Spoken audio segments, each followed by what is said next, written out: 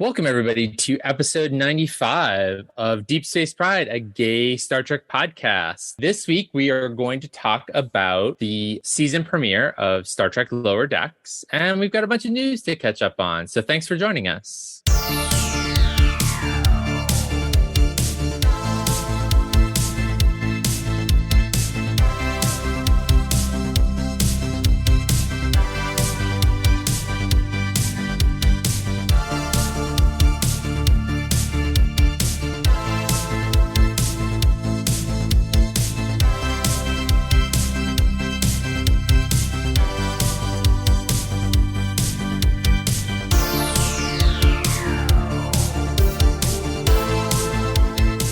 Hey, Johnson. Hey, Mike.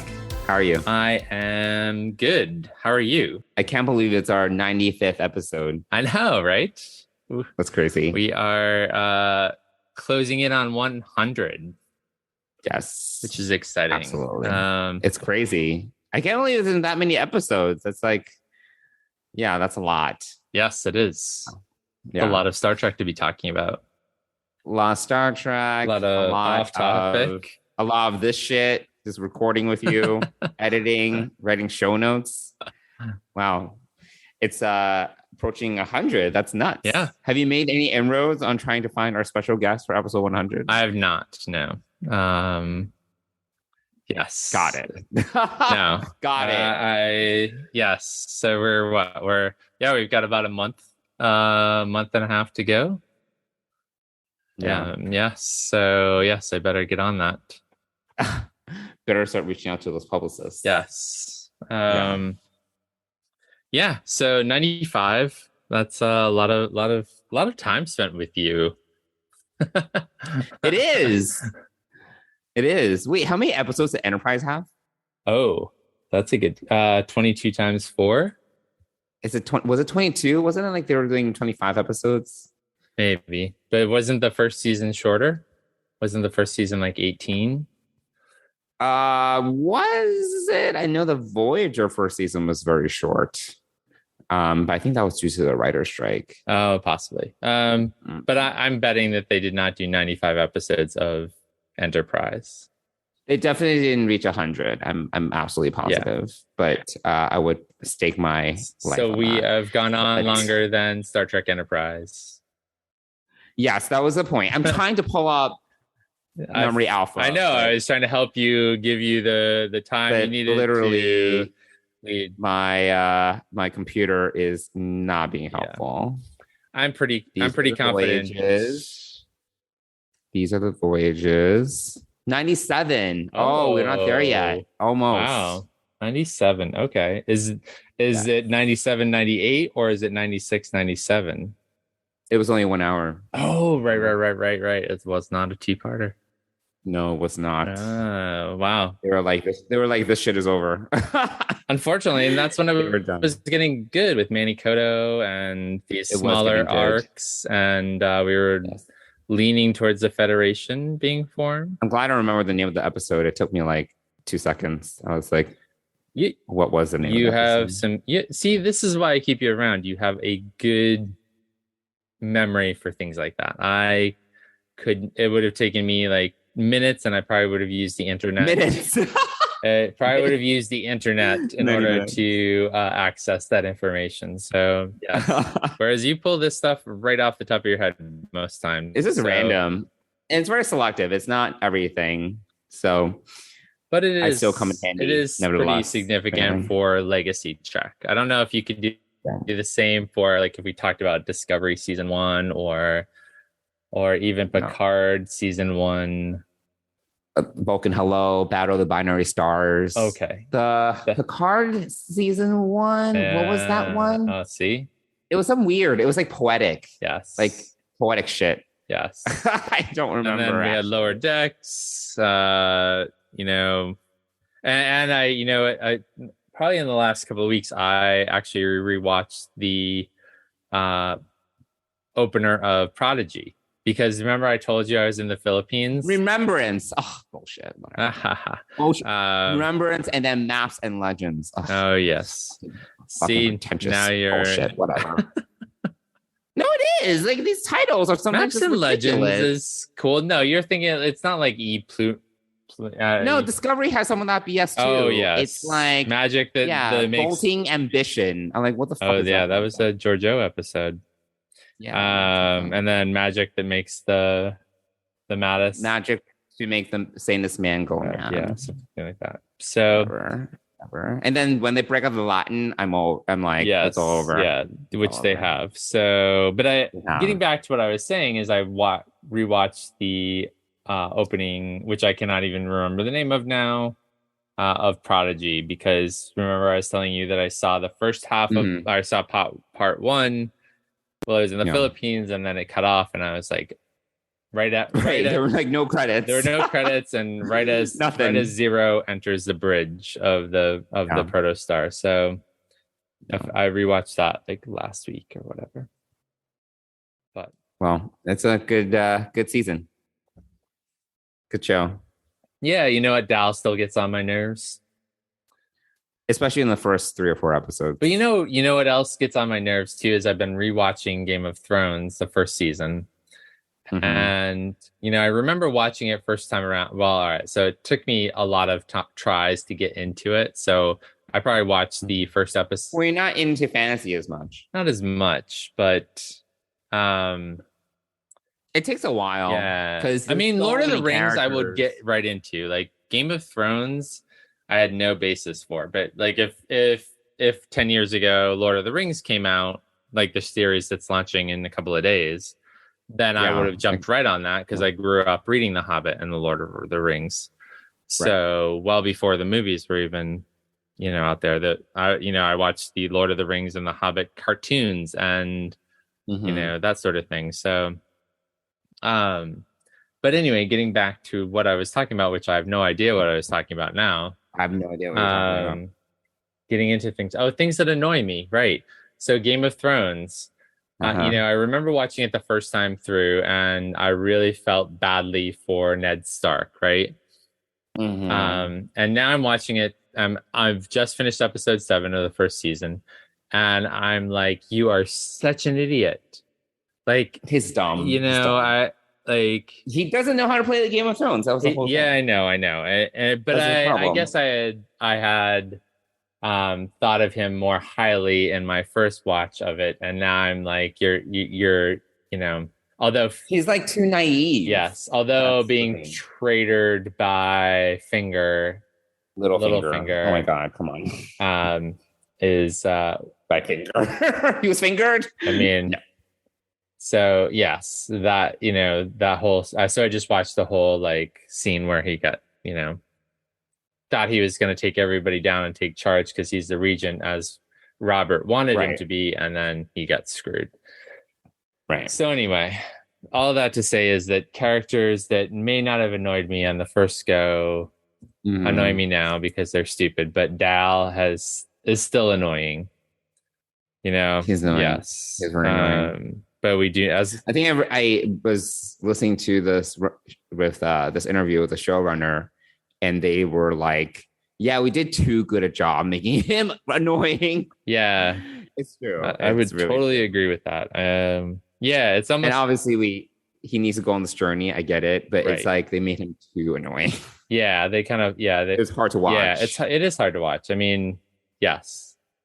He could have been annoying, but not so gratingly annoying. Right. And so unwilling. Like dial it back a couple. Yeah. I mean, so stubborn and not willing to accept help and wanted to, like basically had to be almost dying to accept Janeway's help to restore the Protostar. That little fucker. I hate him. Yeah. Yeah. So anyway. In any case. But yeah, so... We were at a wedding this weekend, which we had a great time at. Correct. Yes. Meanwhile, everyone else in Star Trek land was in Las Vegas. Right. So I've heard a few reports, but I think that one of the more interesting news pieces, actually the only news that really came out of there, right, was what you shared with me.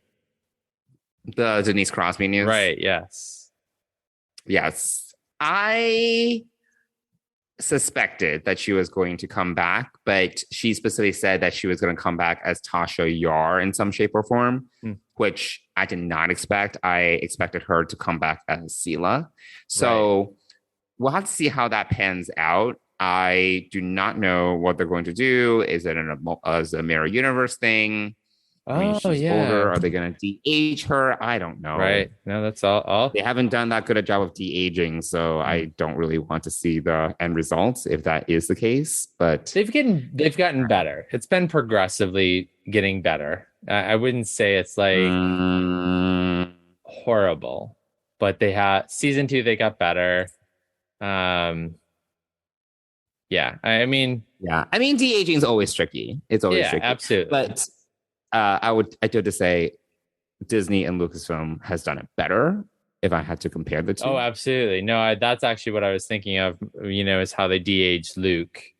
And oh my God, they did such a good job. I mean, like, it was job. Like not the first if you like really paid attention to it, maybe, but honestly, it wasn't as distracting as Data. Like, I could not stand it. It literally, it took me out of the moment every time I saw Data. It didn't work. I mean, it was bad.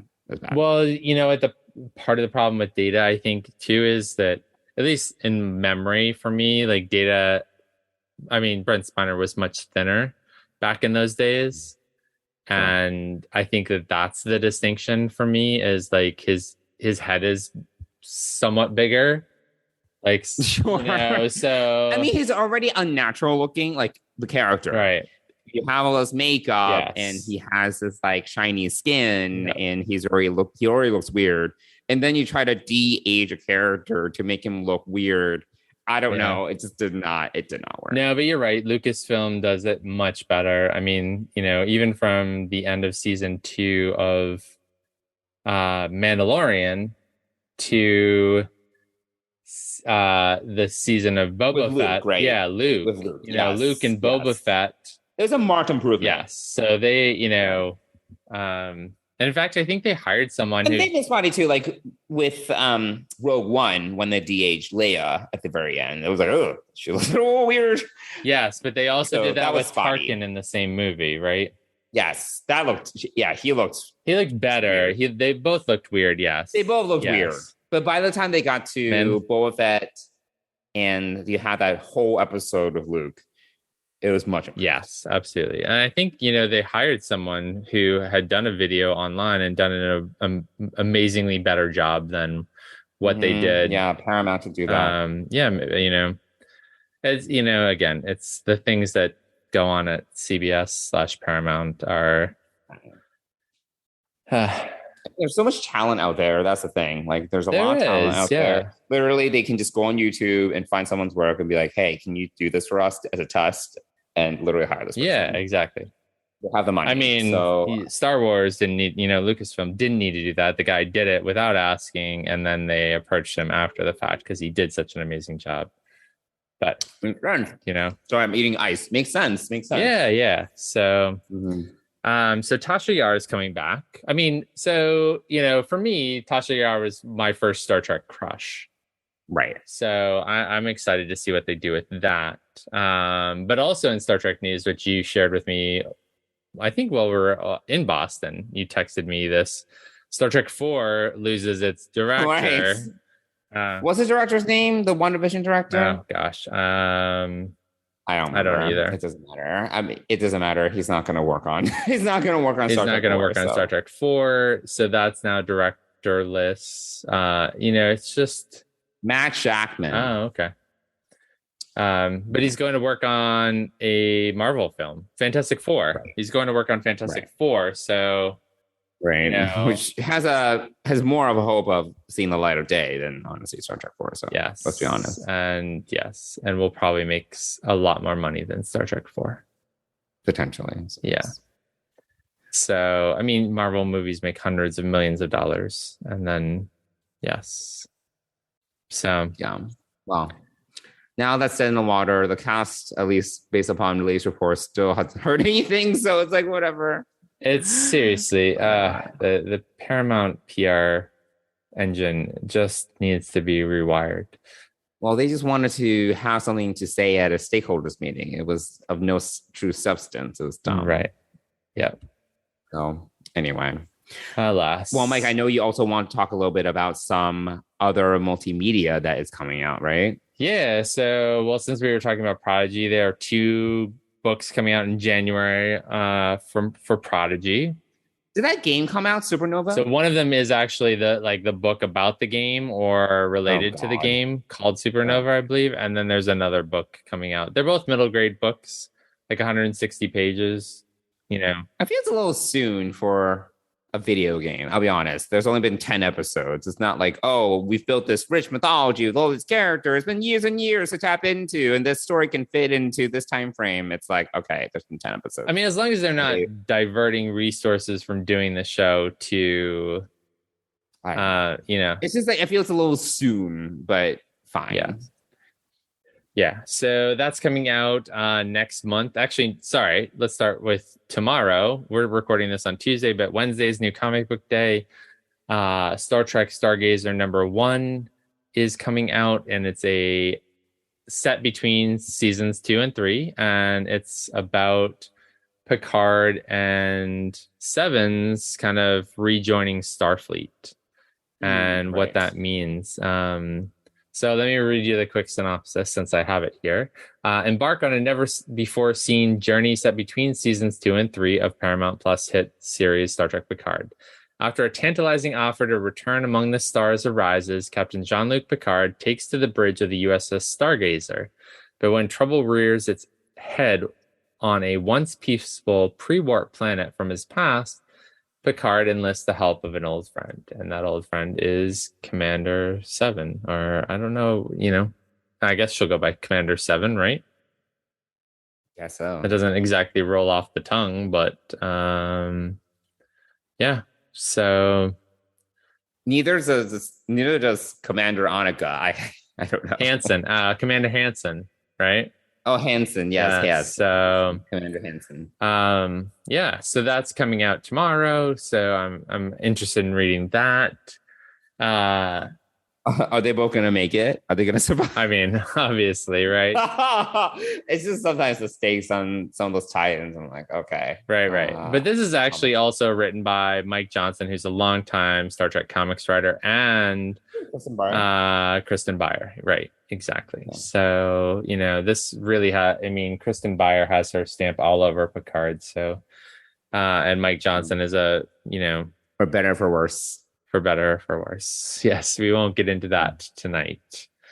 But I actually think Kristen Beyer is talented. I just don't. I mean, there's so many writers. I don't even know who to blame for some of the issues that Picard has. Yeah. No, it's all, yes, that's all kind of hard to tell. But she's it's a lot of cooks in the kitchen. That's a problem.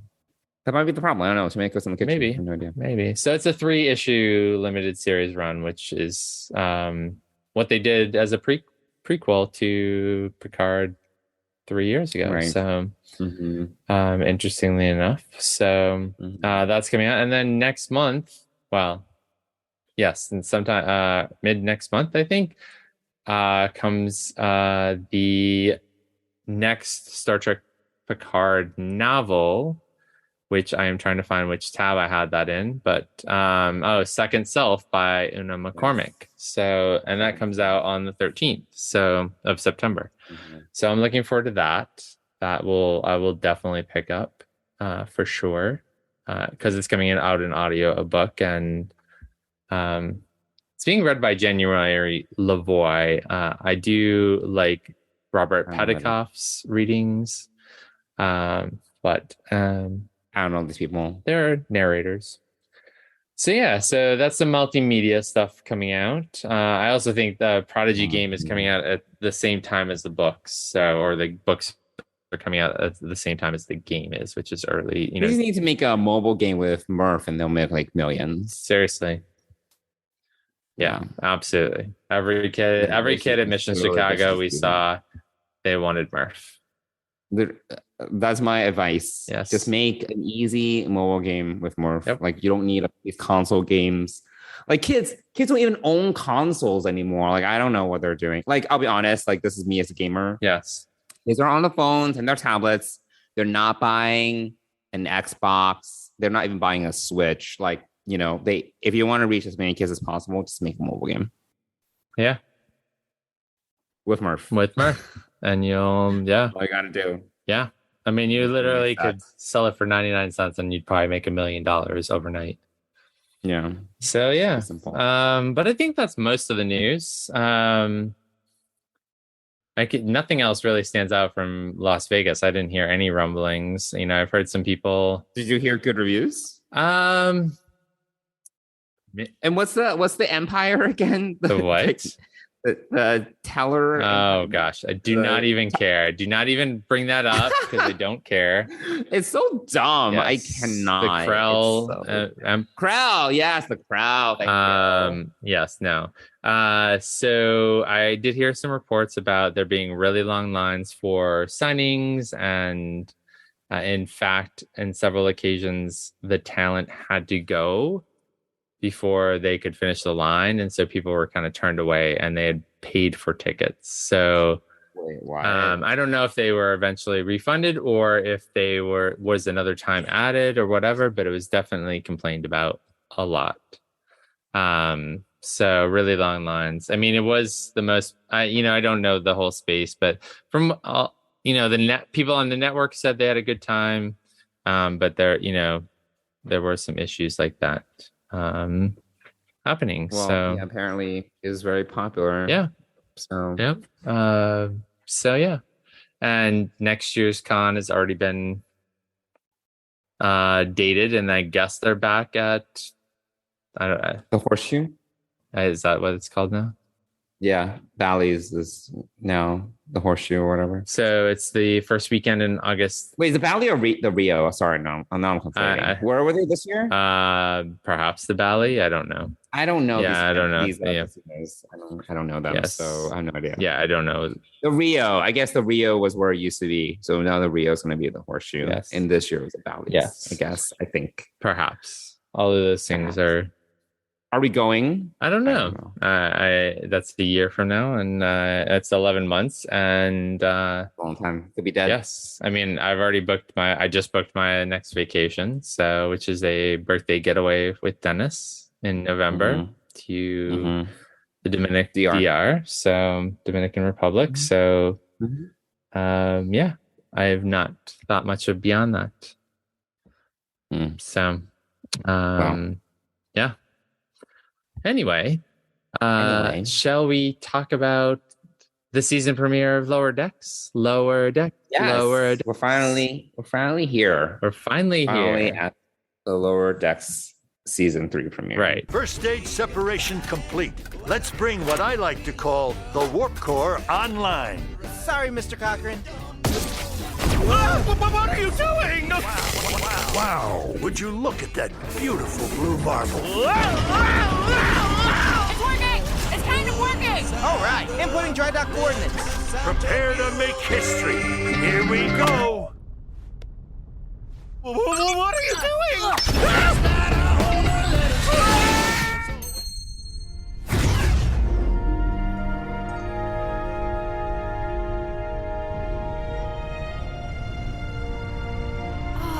Wow.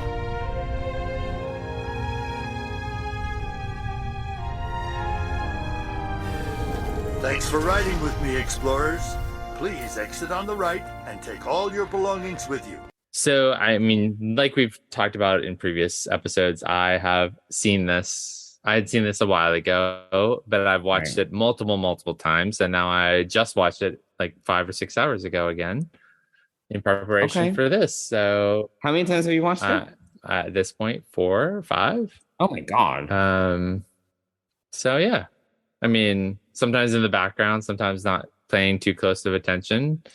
But yeah, no. So I know what I think about it, but I'm curious what you think about it first. So yeah, what do you think of the season premiere of Lower Decks? Yeah, it was good.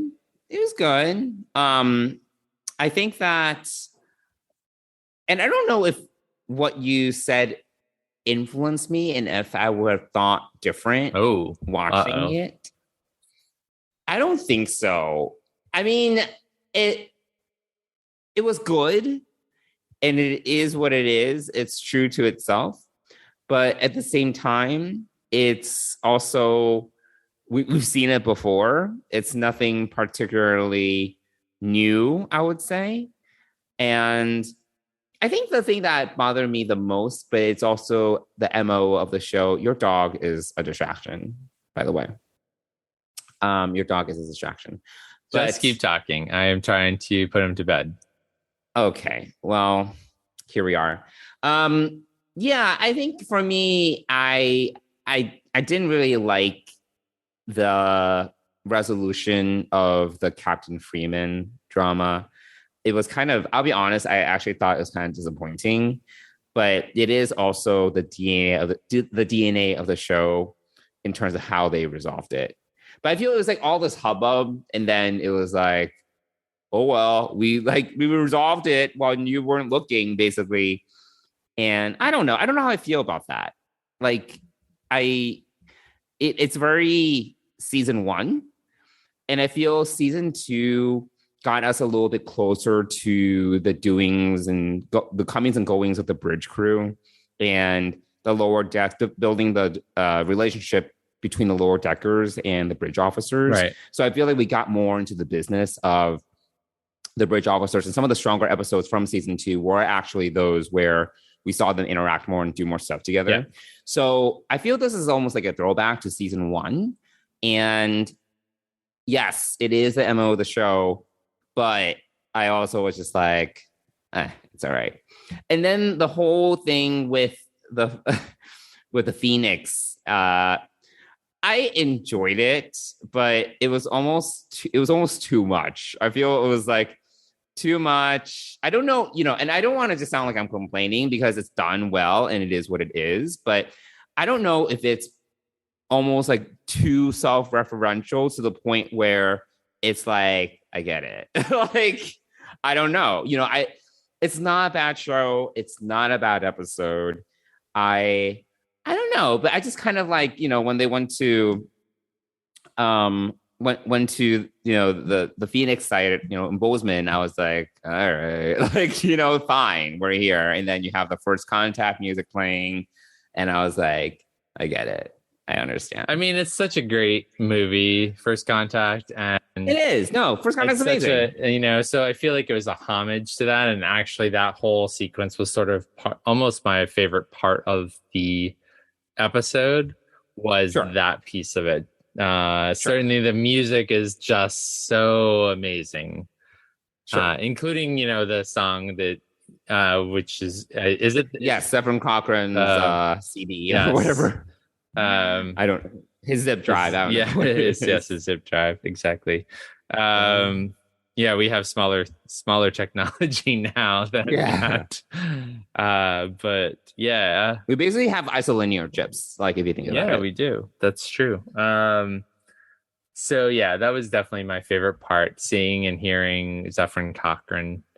And yes, James Cromwell made a cameo. Yes, he did. I mean, that was fun. Yeah. That was fun when the hologram, the Zefram Cochrane hologram came up.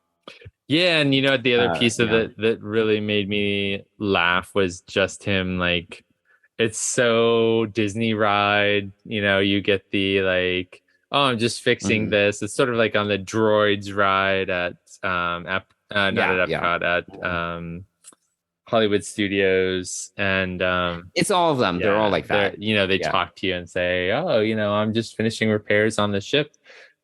Make sure to finish up your food and drink. It's just that was hilarious. So that whole sequence I really enjoyed.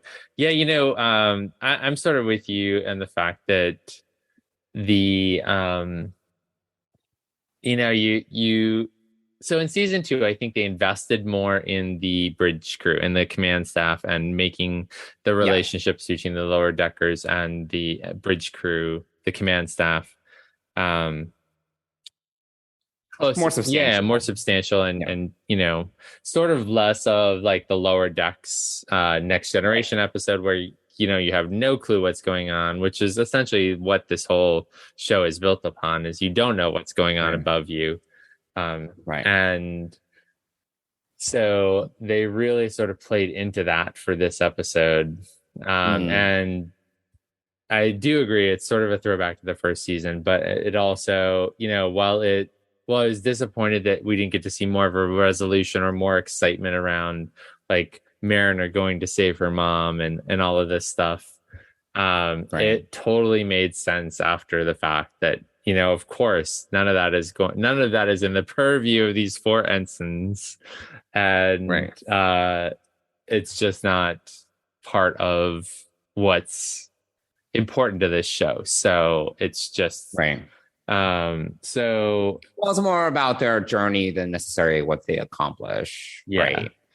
It's more about them trying to get away with the Cerritos and Mariner's emotional journey of trying to, because she is so used to taking charge and getting her way, that she had to kind of come to grips with being not in control and letting the system do its work, which I also don't really know how I feel about that.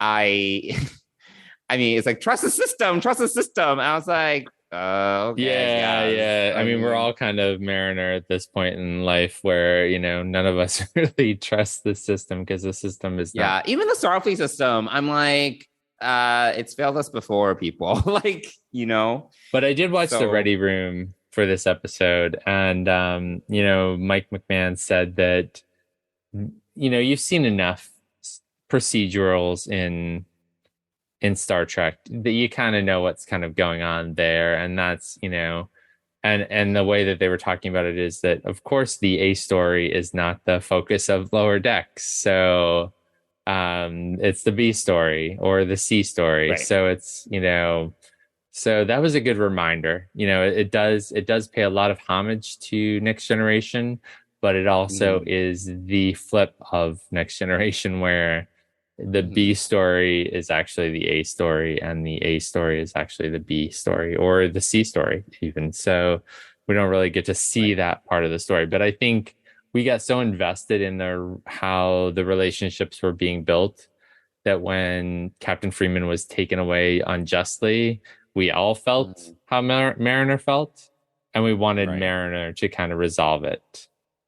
Yeah, the thing is, I agree. And I think what my issue with what you just said about Mike McMahon's, it's his show, he can do what he wants, but it is one of those things where eventually these characters do need to grow and they need to be promoted, and it's not going to be another Ensign Kim situation. They're going to get recognized for their accomplishments. They're not all 4 of them are going to stay ensigns forever. And it's like one of those, it's like Veep. It's like eventually Selena Meyer becomes president. She's not going to stay VP forever, and the show is called Veep, but she is still kind of growing. She has ambition, and the world changes. The world moves on, and sure, the show still is what it is, but you find a way to, even though she's president, to still play into the fact that she still has a lack of power or something, because that's a whole shtick. I don't know if you watched Veep. I think you may have talked about it. We've talked about it, and I have not watched it, but I get the gist of what you're saying. Best comedy, one of the best comedies in the last 20 years. Anyway. Wow. That's high praise from you. One of the best comedies in the last 20. Absolutely. But it's just that eventually these lower deckers are going to go up. They don't need to stay ensigns and lower deckers forever, but you can still play into this theme of them being, you can be a lieutenant and still be like left out of the loop, and be frustrated about it. And that's okay, but your problems change and evolve and you grow along with it. But then you can still play into this theme of the show, which is like you're left out of the loop and you're not in the know or whatever. I feel there's a way to still grow these characters without going into this trope of they're just doing these menial things and they're just left out in the dust. But I feel that because I feel like that's the direction we were going in season 2, which I really enjoyed. Yeah. So I feel this again was kind of just like a throwback to old tropes. Yeah. A little bit, yeah, I agree. But overall, I mean, I've enjoyed it. I think having that throwback to Morgan Bateson, which is interesting. From Next Generation, the gosh, what is the all I can think of is the number 3 because it became that was like the signal to Data to do what Commander Ryder said to do rather than to do what Captain Picard said to do. Cause and effect. Thank you. Yes. So that was kind of cool. Also, just going back to the very beginning of the episode, well, a couple of things from the beginning of the episode. I love how oblivious Boimler is to all of these women throwing themselves at him. Oh yeah, I didn't like that scene. What did you think about that? I feel that it was just so. It's like lowest common denominator. Like, you know, these like scantily dressed girls that have like grape juice all over them and they're like throwing themselves at Boimler. I wish they kind of like change it up. Like maybe they could have like put a guy in there or something. Oh, that would have been, that would have been cool. You know, but I don't like, I don't like this. Like it's very old school, like 90s comedy objectification of women and they're these dumb girls that I don't like that comedy. Like I feel it's like the episode with like the Mugatus or whatever what they call. Yes. And it's just like, you know, lowest common denominator, like, you know, sex jokes, like penis jokes, size jokes, whatever. I'm like, that shit is clever. You know, I really didn't like that scene actually. That's interesting. I know. I mean, I didn't, you know, I think it would have spiced it up to have a guy thrown in there. Have a guy or have an alien or have a slug or something, you know, like just change it up. Like, this is a show where you can like, you know, really expand. That's a really good call. I think that's one of the best pieces of feedback on this episode. Actually, is that. Yeah, I really don't. I can understand why. And yes, Boimler. Yes, I enjoyed it from the perspective that Boimler is just clueless. Right. Sure. That piece I enjoyed it from, but yes, the rest of it I totally agree with everything you're saying as far as that. Yeah, it is kind of it is too easy. It's low hanging fruit. Like change it up, challenge it a little bit. Like they can be better than that. I just you know, I don't. It would even be cool to like have a guy come in and do that, but do it in a different way, in a way that where he thinks like he's being bro-ish, like kind of, like he could be like bi or something like that, and like sort of coming on to Boimler, and Boimler just thinks, oh, he's being a nice guy and wants to be my best friend or whatever. And Mariner points out the fact that no, he was actually hitting on you, and like just having some different dynamic like that would have been really cool to see. But and then the other thing that I love how every year they change the opening sequence of the Borg battle. So now they added the crystalline entity or something. The crystalline entity, and I feel like it's changed a little bit more. I feel like there's something else. They had the Packlets. They had Klingons. The Romulans. The crystalline entity was the one that stood out to me, but there might have been other things. Yeah, no, definitely. Yeah, I felt like on this last viewing that I didn't pause it enough, or I didn't pause it to really look at it, but felt like there's something else besides the crystalline entity in that scene that there might be. Oh, and speaking of the opening, now, you know, so with Stranger Worlds, they've started to add the Star Trek universe. Oh, yes. At the beginning, and this one has a Cerritos. I was like, oh, cool. That's neat. I couldn't tell from it whether it was an animated Cerritos or a model, you know. I do not recall. I think it was animated. I think so too, but I want to say it was so realistic that it could have looked like been a model, like digital model of it. I don't know. But yes, that was. I guess they're going to add that to all the shows. Yes, so I guess we'll see what it's like. Star Wars, like the Star Wars. Oh the heads, the helmets, and things like that. Helmets. Yeah. So I mean, I think this is a fun. There were parts of it. I guess the other piece that I was bothered a little bit by was just how violent Mariner got with her friends. Oh, we've seen that before. Yeah, I don't know. The same way that the opening scene bothered you, for me, it bothered me that she was that, like, her friends are trying to help her and she's that angry and that upset that she's actually beating up her friends. I thought that was a little bit over the top. So yeah, it's like that scene where she's what game is that? The Japanese game with the sticks, Jumba and the visor.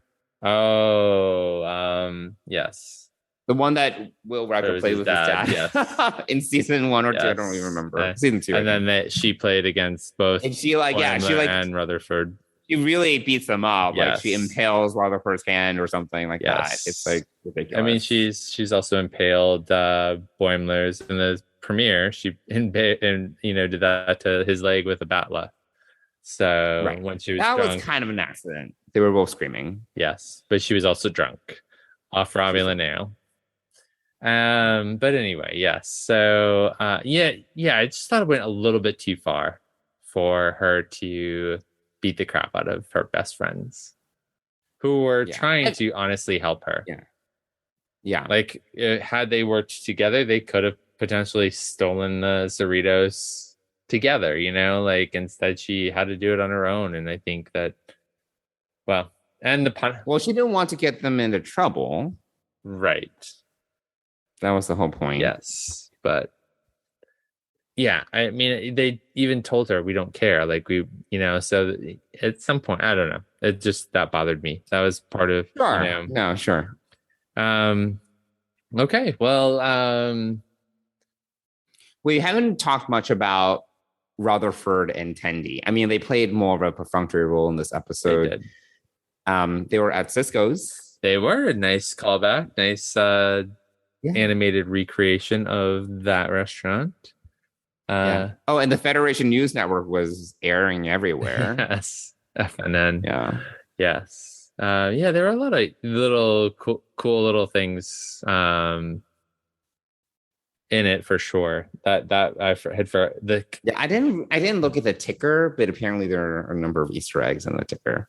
I don't know if you. I saw one. I read a couple of them. I'm trying. There was a Jellicle call out. Oh, there was. Oh, that one I missed. I missed the joke. Yeah, I didn't bother going back and freezing and trying to read it all. Well, they do like to put those in there. So there were probably others that we missed that. I'm sure there are plenty of Easter eggs in the ticker. Yeah. Well, all right. Anything else about Lower Decks that you can think of? Yeah, I am interested to see where things net out with Ransom now being in charge. Oh, right. Of Mariner. Yep. We've seen their dynamic before. It can be very contentious, but then also kind of there's a little bit of like sexual attraction. I don't like we've seen. Yes. It kind of has run the gamut in terms of the different emotional ranges that define their relationship. Right. So I do wish we got a little bit of Jennifer in this season premiere. Yep. You have seen most of that season, so I'm sure she pops up at some point. But it would have been nice to see her. I agree. It would have been nice to see her pop up in the opening episode as well. Yeah. Yeah. But although Mariner, she was probably on leave, like she was supposed to be, and Mariner was obviously not on leave. So there is that, or on leave but not on leave, like so focused on what was happening. So I thought it was interesting that Mariner also mentioned that where did she grow up, since she mentioned she didn't grow up on Earth. I don't remember either, but yeah, she didn't. Earth isn't really home. Yeah, she had no connection to San Francisco. She was like, "What's this red?" Yeah, like the Golden Gate Bridge. Yes, people don't drive anymore. Why is it still there? There were solar panels. Right. Yes. No, I know why it's there. You don't need to explain it to me. There's. Yeah. I mean, it was a heavy Mariner episode for sure. I mean, this was all about Mariner. Right. It was. Yes. It was. And her anger, which, with Jack with her under Jack now, we'll see how she manages her anger. Yeah. I mean, it's definitely gotten her into trouble in the past. So will that change? Well, TBD. Yeah. Well, we will see. I don't know. So yeah, I would say it's a solid opening to the season. No, it wasn't bad. I know I had notes, but it wasn't bad. It was just like I wanted more. Yeah, and also on the Ready Room, Mike McMahon said, we couldn't really keep it's 1/10 of the of their season, so you couldn't really keep the crew apart or have extended absence of Carol Freeman from I was like looking at like my watch, and I was like, okay, they're like, it's nearing the end of the episode and they haven't resolved anything, so I feel they're just gonna I had a feeling they were just gonna kind of like sweep it on the rug. Well, I mean, yeah, because I was like, no, I was like reaching, I was like, yeah, I was thinking that I was like, this is not one of like, it's not like DS9 where they can be away from the station for like 6-7 episodes, like they can't drag it out because there are only 10 episodes that are like 20 minutes each, and it's not super serialized, so they can't have like a part 2, which is basically a part 3 to the whole story. Right. Yeah. So they did have to wrap it up, which they did. Yeah. So next week everyone's back and away the Cerritos goes. Yeah, I guess, and things are back to normal, I guess. Yeah. So yeah. Well, I thought it was a solid opening to the season, and we'll see where it goes from here. Cool. Yeah. All right. Well, I guess that does it for this episode. Mike, do you want to talk a little bit about our sponsor? Sure. Fansets, who we did not see in Vegas because we were not. We were not in Vegas, but they were, and I think they had a good show, and they have already put up their pins from the show, which I was surprised at. So there's a bunch of new pins to check out, including pin and magnetic Strange New World deltas. So all new deltas for command, sciences, and operations. They've got the Vegas poker chip with Lieutenant Mariner Hold'em or Fold'em on there. And also this, surprisingly, it's really nice, actually. The new Captain Michael Burnham Vegas limited edition pin from the Women of Trek series. So that came out. And then also they did do a Jet Reno pin, which is cool. Oh, cool.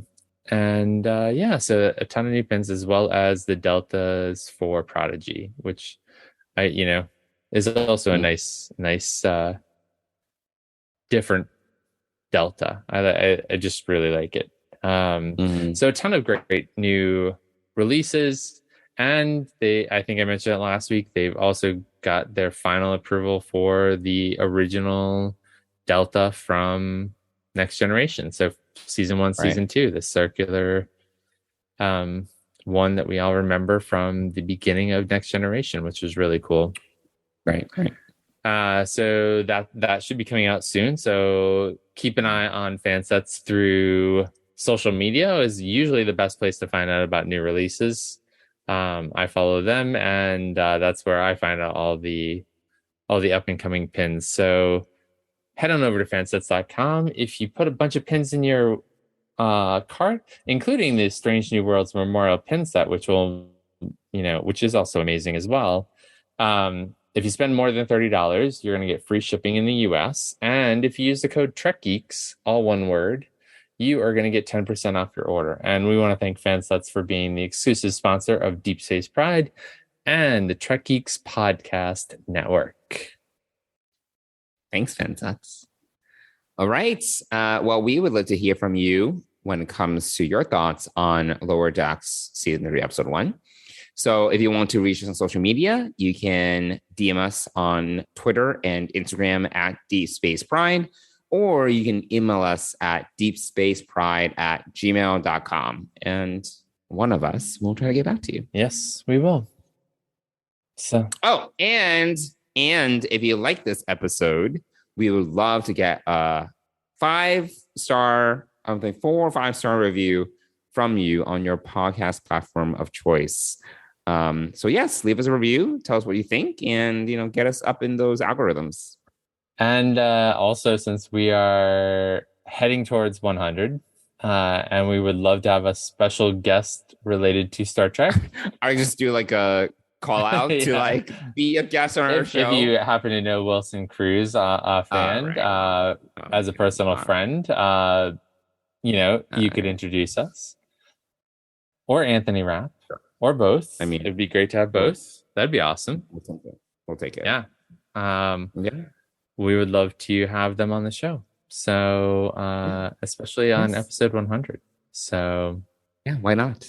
That sounds like a plan. So if you have any connections to that, let us know and help us out. No. Cool. All right, Mike. Well, that does it for another episode of Deep Space Pride. Yes. And we'll be back here next week to talk about the next episode of Lower Decks and anything else. Oh, and Star Trek Day is coming up. So we'll have... Oh, yeah. People are already... That's next Thursday. So actually, I don't know if we'll record before then or not. We have not planned out next week's recording date. Hopefully they have some announcements for us because it's a little dry. Yes. Well, I mean, we have a show opening, so meaning like there's an opening for a new show to be announced, right? Considering that Picard is in final post-production. So maybe we'll get the schedule for the rest of the year. Maybe. And that'd be good to know. I like to plan. Right. As you know. Yes, you do. I like to plan my life. Yes. So it would be nice to know what I have to look forward to. Yes, absolutely. And absolutely. So hopefully we'll have some things to talk about next week besides Lower Decks. So, well, thanks everybody for listening. Have a great week, and we'll talk to you again next week. Thanks, everyone. Bye. Bye.